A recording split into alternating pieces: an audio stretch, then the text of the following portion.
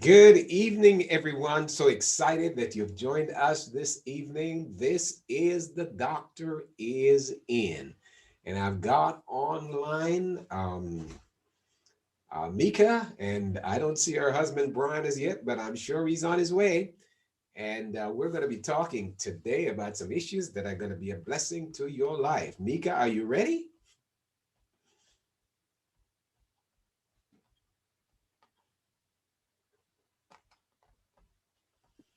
Oh, there they Pastor, how are. you They're doing? together. Two is one. Good evening. Good evening. We lost you Good for a evening. minute. Pastor, you looking sharp with your turtleneck, man. Hey, man. Um, my son would say, "You look like a movie star." I got my movie star look today. Hey, you all been working me so hard. I figure I got to do something to pep myself up to get You, through the you rest of this do. evening. You It's do. been We a long understand. day. It's been a long day. That's what I was telling Dr. Martin here, that it's been a long day for you. You've been in it since 8 a.m. So Mm, we won't be long. Um, yeah. uh, So this evening, what are we talking about? Let the folks know. We're gonna talk about seasonal allergies. Uh huh. Yeah, part one, She's and we're not gonna finish part two next. Actually, next Sunday we're gonna do part two. awesome. Awesome. Well, you're on. I'll all get right. out your way. We can go All ahead and right. take We over. just want to say a word of prayer before we get going. Uh, Father in heaven, we thank you for this beautiful day that you have given us life one more time. We ask you, Lord, to be with us as we bring a word to the people to inform them, to instruct them, and to encourage them.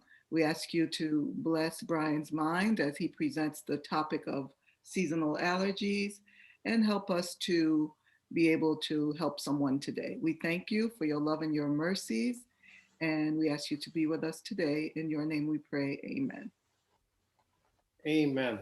So, as you pull up the slide, I'll let you do that. We'll talk. Okay. I'm gonna actually give them an update, a very brief about COVID-19 and the vaccines. I know some of you have questions, so I'll be remiss if I didn't speak to that. As most of you know by now, AstraZeneca, the two vaccines that are made from adenoviruses, so the Johnson and Johnson vaccine, as well as the one from the company AstraZeneca, um, they they have been having some issues. So as you saw in the news, whether it's the New York Times, CNN, whatever news outlet you use, there were some issues with the plant in Baltimore where the vaccines were made.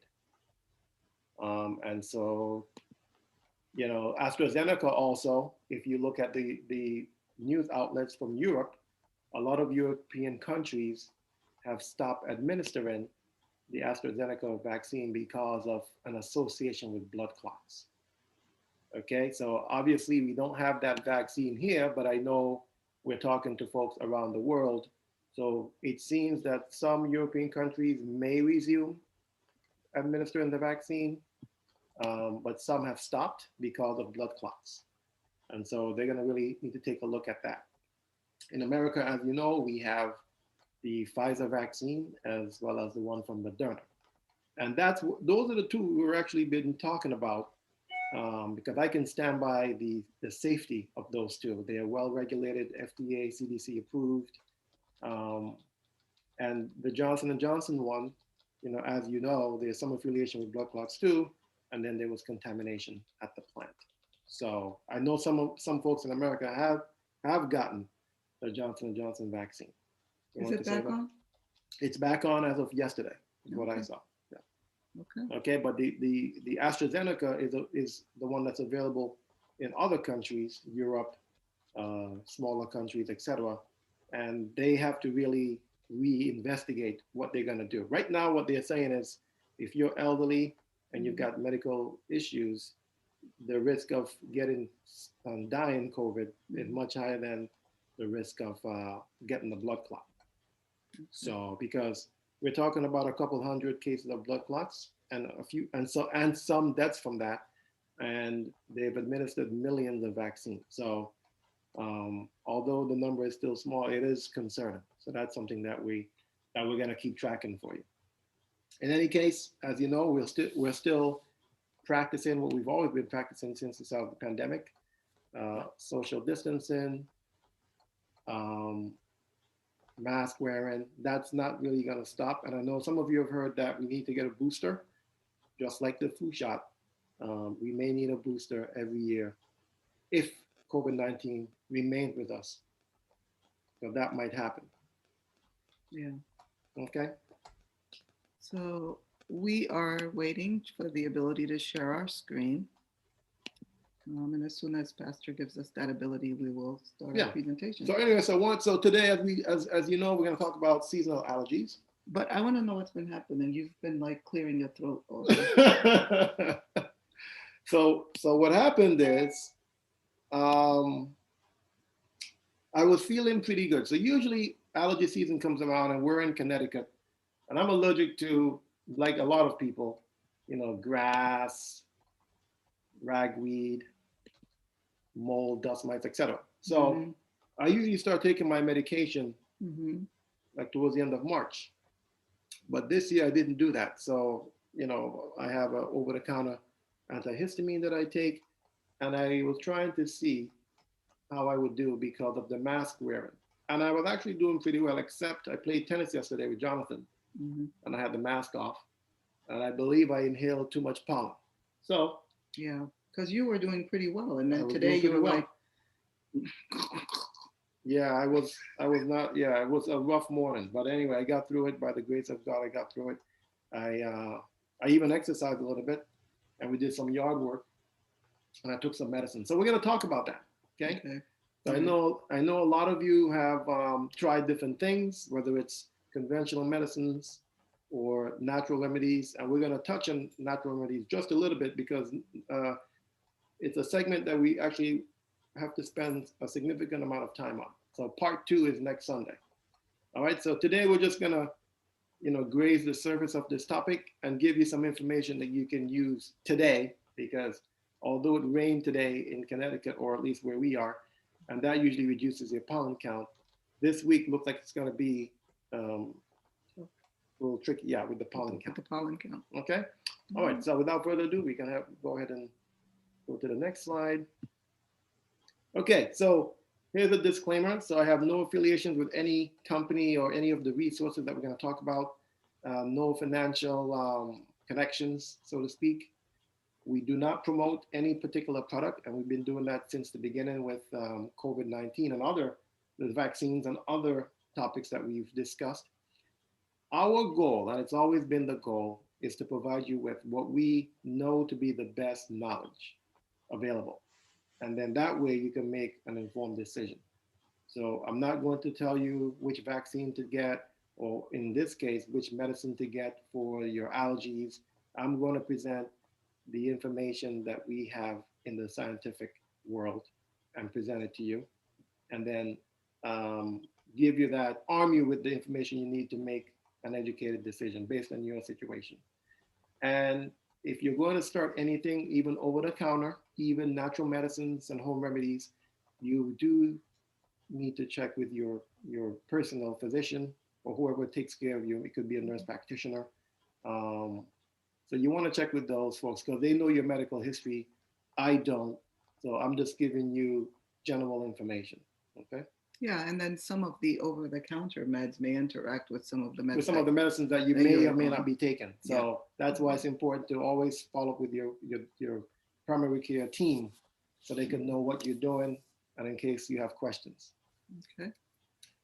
Okay, so we're going to talk about seasonal allergies and what are seasonal allergies. So we're going to cover that. Something that's really important is prevention. Prevention. Um, any good clinician will always say, it's an old adage, prevention is better than cure. So we'll talk about prevention, things you can do, and medical therapy. We're going to touch on that a little bit, and alternative medicines. We're going to cover a whole lot next week Sunday. Okay, so nasal allergies. You were referring to my symptoms today. Yes, you were doing a lot of. And I have to say, I didn't get any attention from her today at all because she was so busy doing the Lord's work with Pastor Williams. I didn't get any TLC at all, but that's okay. That's all right. So You yes, have me later. yes. So basically, what are nasal allergies? So so-called allergic rhinitis. That's the medical term. Mhm. Some of you may see referred to as hay fever. So it is a misnomer. I know we call it hay fever, but we're not really talking about hay. Hay doesn't really cause trouble like what we're talking about. We're talking about pollen being released by grass and the pretty flowers that you see bloom Mhm. all around you. Um, and of course, you have eye allergies, also known as allergic conjunctivitis. So clearly, if the pollen or the dust mites or mold get into your eyes, then you're going to have symptoms: watery eyes, itchy eyes, red eyes, etc. Okay.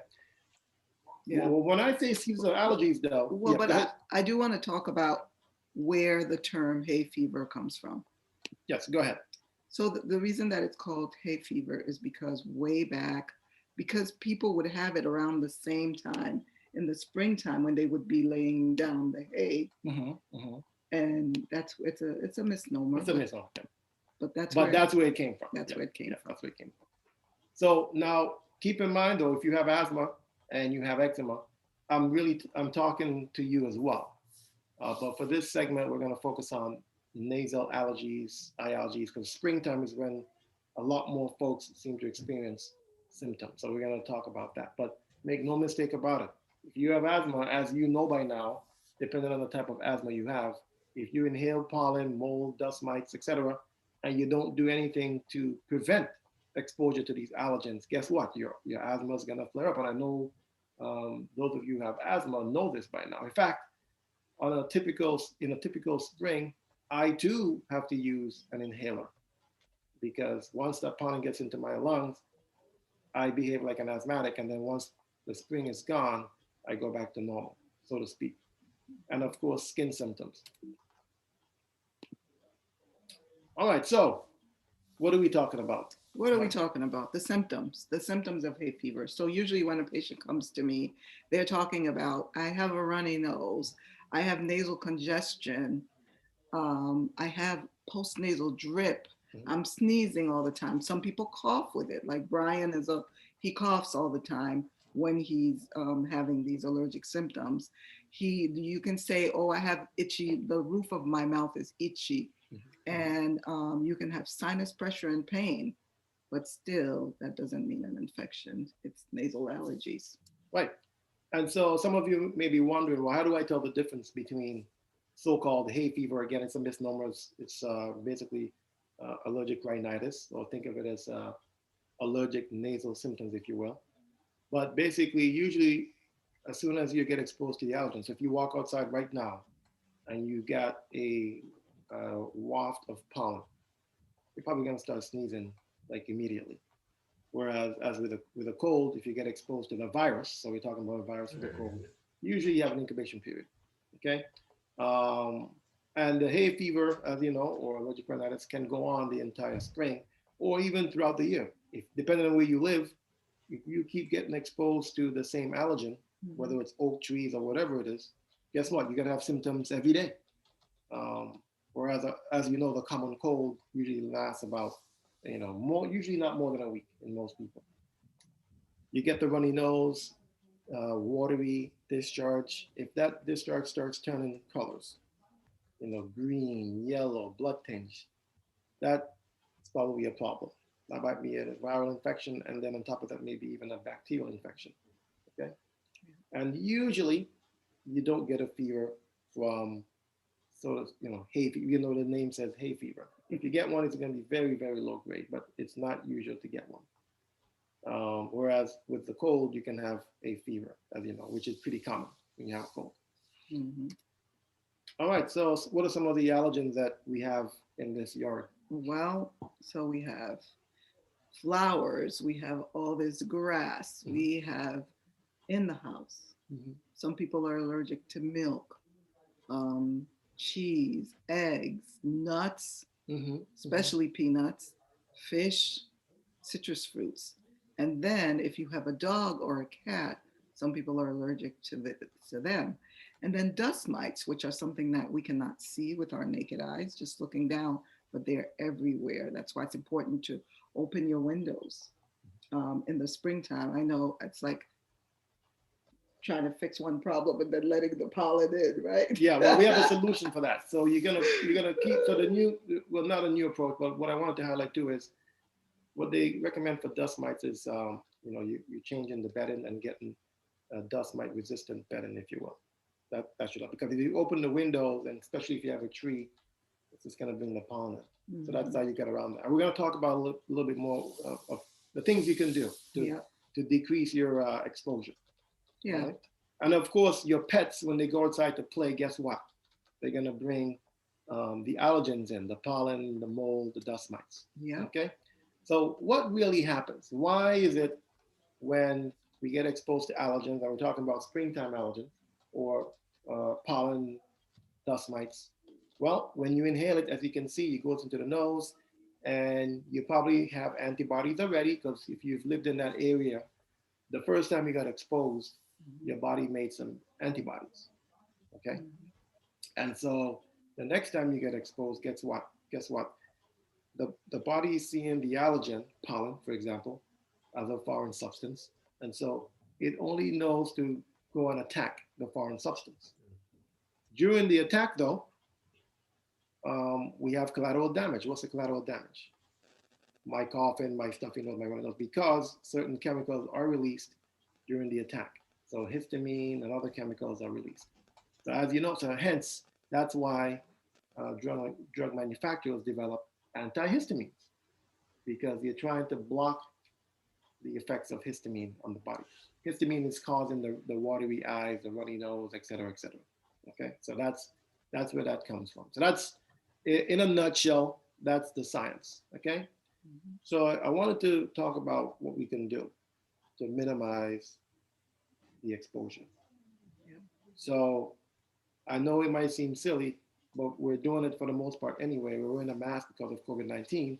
But if you're going to do work outside and you know you're allergic to certain things outside, you might want to consider wearing a mask to block the allergens from getting into your nose and your mouth and your lung. You may also want to wear some goggles, especially if you've got eye symptoms. You might want to wear goggles. Again, you're trying to block the allergen from getting into your body. In the home, if you haven't changed, if you have central air, you have an HVAC system, and you haven't changed your filter in a long time, now is the time. So whether you have a paper HEPA filter or one of those mesh ones, if you have a mesh one, you want to clean that. Usually you wash those, you hose them down. If you have paper ones, obviously you replace those. So you want to probably do that more often than you usually do, changing the filter in your central air, your HVAC system. Another filter you want to pay attention to is the one in your car, the cabin filter, so to speak. Definitely want to change that maybe more often than you usually do during the springtime when you have a lot of pollen. If you get really miserable when you garden, please don't garden unless you're going to control your symptoms doing other things. But if you find that you are trying different medicines or different remedies and you're not getting better and you're miserable, it might be from the gardening. So that's something you kind of want to look at. Okay, nasal flushes, we'll talk a little bit more about. But the whole point is, if you've inhaled the pollen and other allergens, guess what? You might want to go and flush them out so they don't really have time to trigger the histamine release. Well, some people recommend when you get home during high allergy season that, well, that's one of the recommendations, is that you take off all your clothes and put them in the wash. Put them in the wash, yeah. Your shoes are bringing in allergies. Everything. Leave your shoes at the door. Yeah. And then you actually should, if you could, wash your hair, because then that'll get all the pollen out of your hair. Right. And wash your face, because it rests on your eyelashes. And if you have a beard, it stays in your beard. You gotta wash all that stuff. You gotta wash all of that. It's almost like you need a shower as soon as you walk in to wash off the allergens. And people have reported feeling better from taking that extra step. Yeah. And most of us have smartphones, if not all of us at this point. So you might want to download a weather app if you haven't done so already. So you have the weather channel. So once again, prevention. And part of prevention is being informed and tracking pollen count. So if you use the weather app, and the one I have is the weather channel again, that's not the only one, but that's just the one I have, it will tell you the pollen count or at least the risk of high pollen in your area. So that's something you want to use in your fight against allergy symptoms. So check in the weather, because if that's the case, maybe if you don't need to leave the house that day, maybe you shouldn't. You keep the windows closed. Okay, if you're going to go outside, you certainly want to have protection. Maybe you need to wear a mask or special glasses or goggles so you don't get exposed to the high pollen. In the home, they've got all different devices, air purifiers, dehumidifiers, etc. So those are some of the things you can do to minimize your exposure to these allergens. Okay, so why do we care so much about minimizing symptoms? Well, as you know, quality of life is a major one, because if you're coughing, sneezing, tickly throat, stuffy nose, you might have to call out sick. Um, Yeah. Quality of life is You important. wouldn't. No, but You go to so work coughing all the time, and you actually have to tell them. I don't cough. I don't cough at work. You do. You actually have to tell them, listen, in this age of COVID, I don't have COVID. I'm Yeah. just coughing because I have allergies. Well, the good news is I have a mask on all the time, of course. Yeah, so quality of life, right? So that's why we're talking about this. But the other reason is you actually will get complications if you don't pay attention to your allergy symptoms. So, as you know, in children, sometimes they might get a middle ear infection. That's what otitis media is at the top. Um, and that can actually lead to speech impediment, because as children are developing, if they can't hear very well because they've always got fluid behind the eardrum, because they always have allergy symptoms, um, that's going to affect their speech and language development. Some people get nasal polyps, and you have to have surgery sometimes to remove those. Sometimes, because your nasal passages are always clogged because of swelling and irritation from histamine release and so forth, guess what? Now you get a secondary bacterial infection and you get sinusitis. Okay, so you need antibiotics for that. I know you know about asthma, sleep apnea. Once again, tissue is irritated, swollen, and all of a sudden now you have some occlusion to your breathing when you're asleep. So there are a lot of reasons to really pay attention to your allergy symptoms. Okay. Okay, so treatment. Like I said, we're going to spend more time on treatment next week, but I kind of wanted to give you a little snapshot of what you can do now, because I know people are having symptoms like me now. Okay, so we talked about minimizing symptoms with the preventive measures we talked about. Home remedies, I know some of you use garlic, and there are some antihistamine and um, you know some properties of garlic that are useful. Eucalyptic oil, ginger, etc. We're going to talk about those more next week. If you find that you're getting some relief from some of these home remedies, by all means, go ahead and use them. Okay, and we're going to talk about some other ones that are not as safe as you think, so we'll cover that next week. As you know, you've got plenty of medicines over the counter. You also have prescription medicines for those of us who need some more help, because whether it's over the counter Benadryl, etc., maybe it's not enough. And some of you may need to see an allergist. If you've been suffering with allergies and you've tried over the counter items, home remedies, you've even been to a naturalist doctor, even an acupuncturist, we'll talk about that next week. There's some application of acupuncture. So if you've done all that, you might need to see an allergist. That's, as you know, an expert in allergies. Okay. So I know most of you know a lot of the over-the-counter medicines because they're on TV all the time with their commercials and ads. So whether it's cetirizine or Zyrtec, Benadryl or diphenhydramine, Claritin, Allegra, and then you've got, so those are pills, and then you've got the nasal sprays. So you got nasal steroids, which are generally safer. We're going to talk a little bit more about those next week. Antihistamine nasal sprays, which is the one I like to use. And you got your decongestion. So once your nose is clogged and you can't breathe through your nose, there's some things you can do. You can use a neti pot, you can use a eucalyptic oil, inhale that, steam bath, and also you have decongestants. Okay, so once again, our job is to give you all the available therapies. Yeah. And So, yeah, so I was going to say, if you suffer from allergies, you should be washing your sheets once a week in hot water, because that's the only way to kill the dust mites. You can't see them with your naked eye. You need a microscope, but they are there. They like to live in warm, humid environments. And they're a big trigger for people who have allergies because their feces makes, so that's why you could be laying in bed and you're itchy and you don't know why. It's the mites that are causing you this itching. So got to wash those sheets at least once a week, people. So top left, you can see somebody, like we talked about, trying to flush out the allergens. And so there's a variation called the neti pot where you can kind of use that. That's available at pretty much any pharmacy or online. You can order the neti pot or something similar online. Okay. I know some of you are thinking about butterbur. We'll talk about that. There are some anti-allergy properties. However, there are some side effects.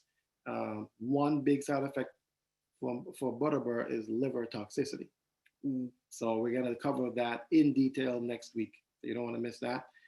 Some of you have tried probiotics. Because sometimes food allergies play a part. Omega-3 fatty acids to boost the immune system, nasal irrigation. So, and I know a lot of you have seen a lot of these medicines by now.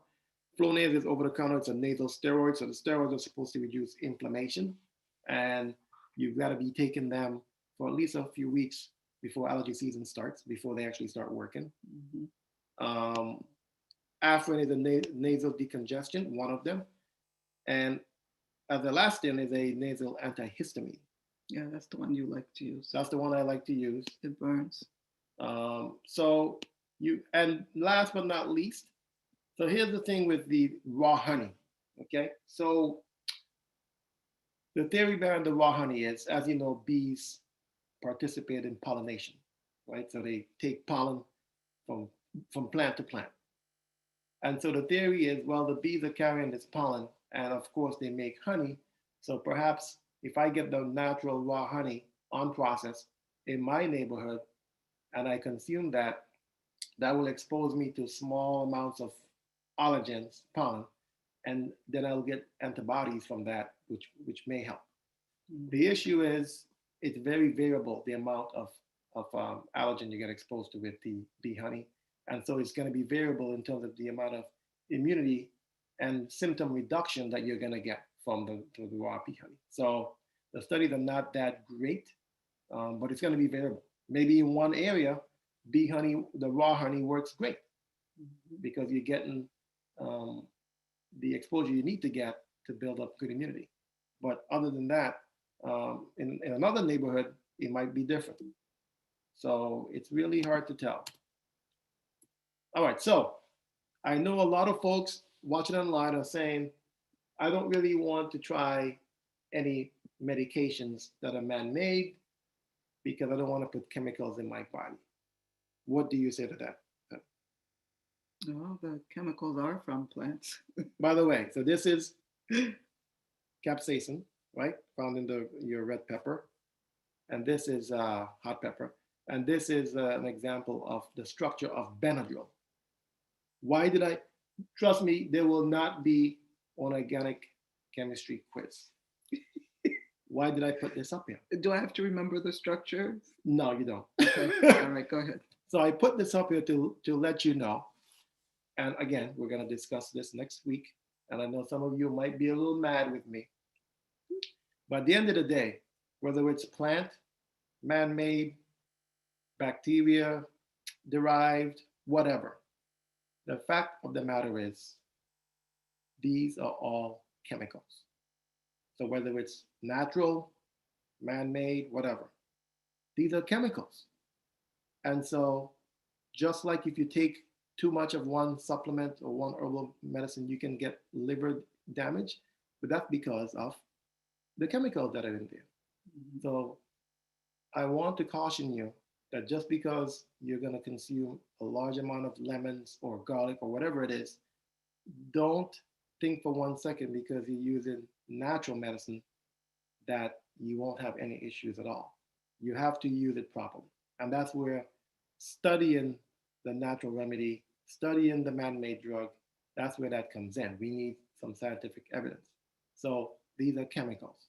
Okay, so hopefully we could be on the same page. So again, both are made of chemicals, whether it's natural remedies, conventional drug therapy, both can cause side effects and toxicity. However, and we can debate this all day, but the fact of the matter is, as you know, the FDA and other institutions put drug manufacturers through the ringer. In most cases, conventional therapies, drug therapies, are really vetted well. They have to go through a lot of different protocols and they have to meet a lot of standards.